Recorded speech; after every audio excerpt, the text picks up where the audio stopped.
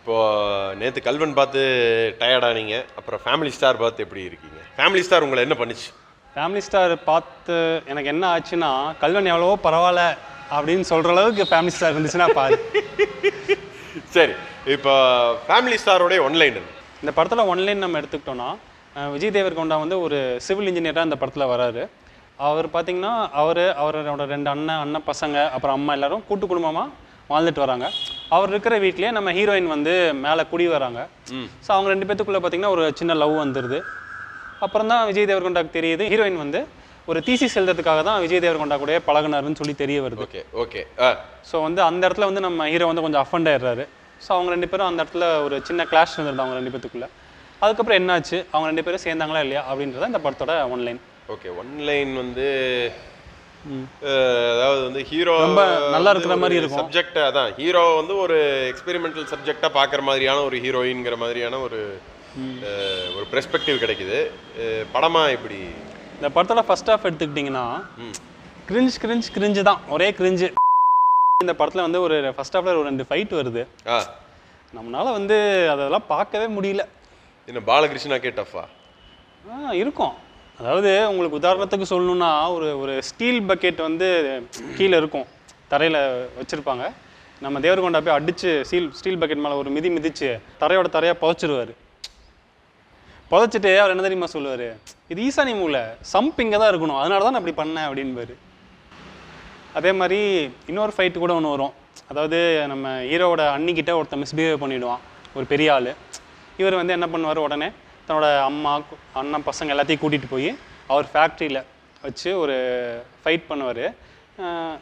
அம்பளுத்து தினமும் அந்த வில்லன் தான், அவர் எதுவுமே பண்ண மாட்டார். அவனோட அடியெல்லாம் அடித்து போட்டுட்டு நேராக போய் அந்த வில்லன்கிட்ட, உங்கள் வீட்லேயும் பொம்பளைங்க இருக்காங்க, எனக்கு வந்து வீடு தான் இருக்கணும்னு அவசியம் இல்லை, கார் ஆட்டோ சந்து போந்து எதாக இருந்தாலும் எனக்கு ஓகே தான், பார்த்துக்க அப்படின்னு சொல்லிட்டு வந்துடுறாரு. ஓ, நீங்களும் அசிங்கமாக பேசுனீங்க, நானும் அசிங்கமாக பேசிட்டேன், சரியா போச்சு. ஆனால் இதில் சம்மந்தமே இல்லாமல் அடி வாங்கினது அந்த அடியாள்கள். சரி, இப்போ இந்த லெவலில் போயிட்டு இருக்குது. திருமதி செல்வம் கூட ஓரளவுக்கு கொஞ்சம் நல்லா இருக்கும்னு நான் நினைக்கிறேன். அடுத்த எபிசோடு எப்படி இருந்தது? ஐ மீன் செகண்ட் ஹாஃப் படத்தோட செகண்ட் ஹாஃப்னு எடுத்துட்டிங்கன்னா கதை வந்து யூஎஸ் ட்ராவல் ஆகிடுது. ஓ, இங்கே கிழிச்சது போதுன்னு இப்போ அங்கே போய் கிழிக்கிறானுங்க.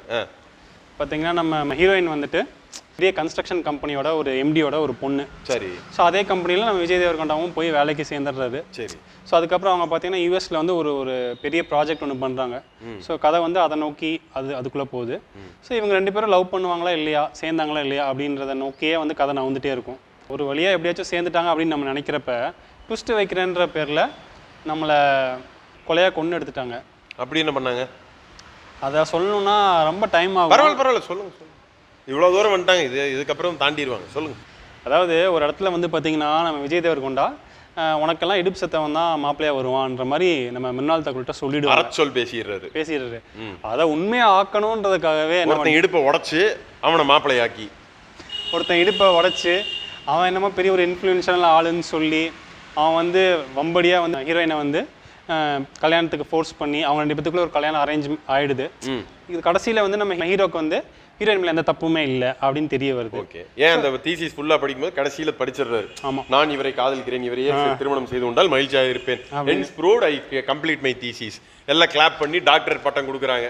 பரவாயில்ல, டாக்டர் பட்டம் வாங்கிட்டு வந்து அந்த இடுப்பு சத்தவங்கிட்டே நீங்களே தாலி கட்டுங்க அப்படின்னு உட்காந்துக்கிறாங்க. இவர் போய் இது வந்து இந்த துண்டு பிரசுரம் ஒரு படத்தில் கவுண்ட் பண்ணி கொடுப்பாங்க, வாய் பேச வராது, உன் பேர்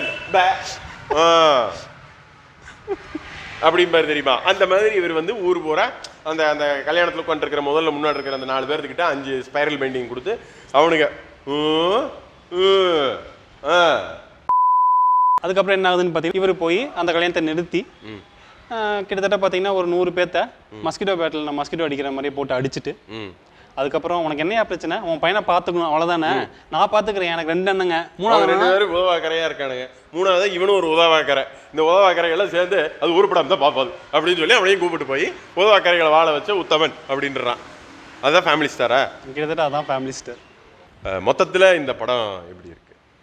அதாவது இந்த படம் முடிகிறப்பயே டேரக்டர் ஒரு விஷயத்த பண்ணியிருக்காரு, தேங்க்ஸ் ஃபார் வாட்சிங்னு போட்டிருக்காரு. ஆஹா, இப்போ நீ சொன்ன இந்த கதை கேட்கும் போது எனக்கு எப்படி இருக்கு தெரியுமா? எப்படி இருக்கு? நல்லா ஆஃப் பாயில் அப்படி உடச்சி ஊற்றி ஆ என்ன அதுக்கு மேலே அந்த சீசனிங்க்கு சால்ட் பெப்பர் ஆட் பண்ணி சம்மந்தமே இல்லாமல் ஒரு ஆரஞ்சு பழத்தை எடுத்து அது ரெண்டாக அறுத்து சம்மந்தமே இல்லாமல் அது மேலே அப்படியே சாரா கையிலேயே அசிங்கமாக கொசான்னு புழிஞ்சா எப்படி இருக்குமோ அப்படி இருக்கு. அதனால தான் தேங்க்ஸ் ஃபார் வாட்சிங்னு டேரக்டர் போட்டிருக்காரு.